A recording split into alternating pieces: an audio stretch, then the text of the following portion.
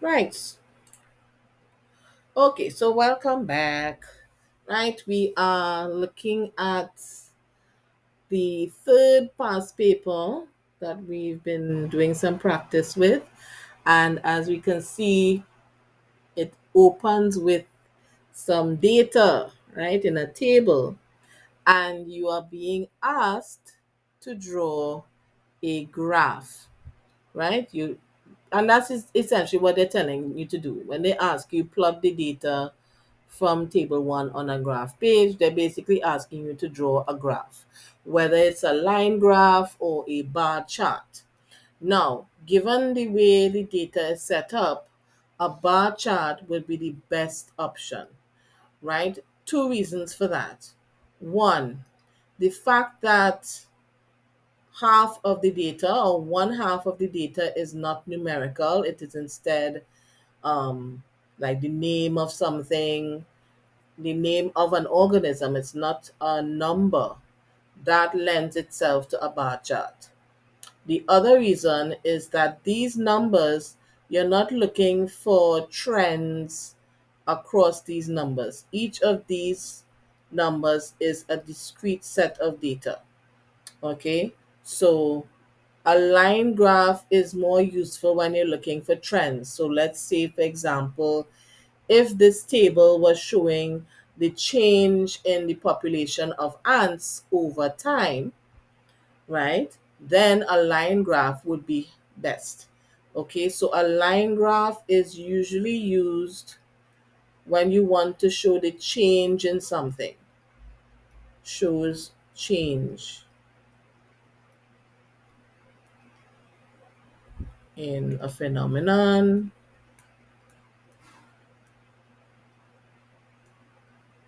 all right, or you're looking for a trend.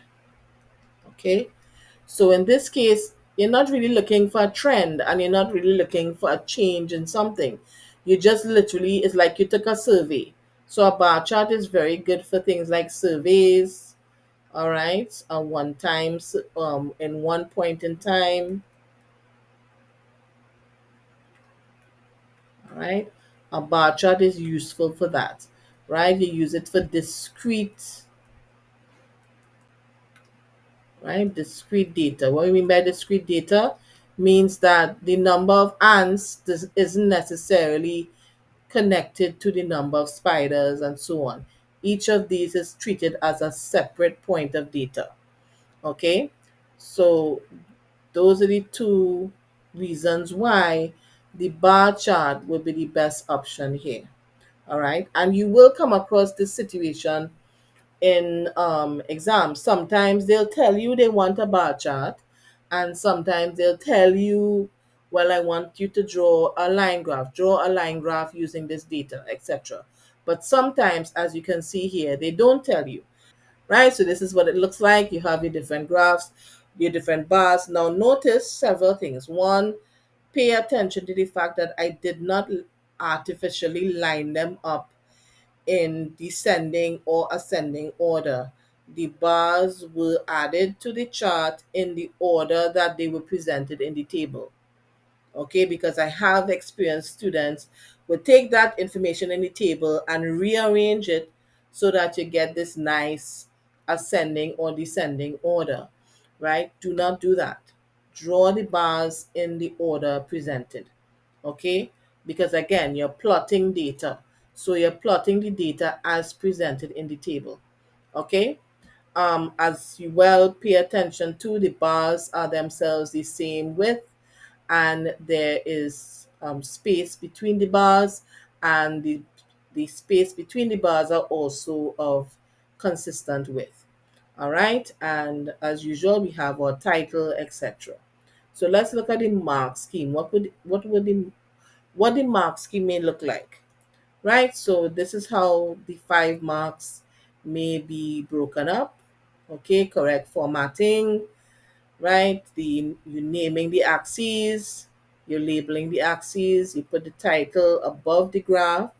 So remember, for biological drawings, the title for a drawing is always below the graph. In this case, with graph, sorry, the title is below the drawing. For a graph, it's the opposite. The title is above the graph. Okay? And note that it's supposed to take up about 75% of the grid. So whatever paper or grid that you're provided with, you want to make sure that your entire graph takes up at least 75%. If you only take up half the space of your graph, something's wrong. Okay? Use the scale, you set up the scale, you get a mark for that. Accurate plotting, you get a mark for that. And remember what I just said about not artificially rearranging the numbers so that you get ascending or descending order, right? If you do something like that, you can't get marks for accurate plotting, because even if all the bars are where they're supposed to be in terms of height, etc., because you did not plot it as presented in the table, it cannot be considered as accurate. Okay, so pay close attention to that. And the fact that it is a bar chart with the bars separate, right? Okay, now notice the fact that it is a bar chart is you get a mark for that, right? So it means that, let's say you make the mistake and you draw a line graph when you were supposed to do a bar chart. Um, there is the possibility that you will still get marks. Of course, you wouldn't get the total, right? And they will just mark you according to the other criteria, right? So even if you're not sure, whatever you do, just make sure it meets all the other criteria. So even if you lose marks with not being the correct type of graph, you will still get marks with being properly formatted and you use the appropriate scale and so on. All right. Now, don't lean on that too much, because there have been cases where if they were expecting you to do a bar chart and you didn't do the bar chart, the entire thing is canceled. So, you know, if you're not sure, still do everything correctly otherwise, but also accept the fact that if you didn't choose the correct chart, you may lose the entire thing. Okay? And you have an appropriate title, right? We have our title on top there. That's one option. Okay. And that's the graph question, right? The demo goes into depth as to how to put a graph like that together. And then we have the second part that's asking you to outline possible sampling methods that they may have used to collect the data. And because we know it's a tree, that we're studying a tree, right? We know that, okay, we're going to use equipment that can fit that situation. So, for example, a beating tray, right? And notice you're naming it and you're outlining. So, you're naming the equipment you're using or whatever strategy you're using, and then you're going to describe, briefly describe the sampling method. All right, so that's what's happening here. The equipment uses a beating tray, and you describe what you do with the beating tray. Okay, same thing for the second method. You name it and then you describe how you would use it. All right, and that's basically the answer for part B. Okay, for part C now, that has a little bit of a classification. Notice it's bringing in your knowledge of classification and taxonomy, right? So those are your answers, right? Arthropod, you have your ant, spider, caterpillar, right? Caterpillar, because caterpillar is the larval stage of the butterfly, which is an insect, right? So it would also qualify as an arthropod. Reptile, well, you have your lizard, bird, egret, that's straightforward, amphibian, tree frog. And again, notice we have here another topic brought in, which is basically types of nutrition, right? And essentially, you're comparing wild pine versus other organisms.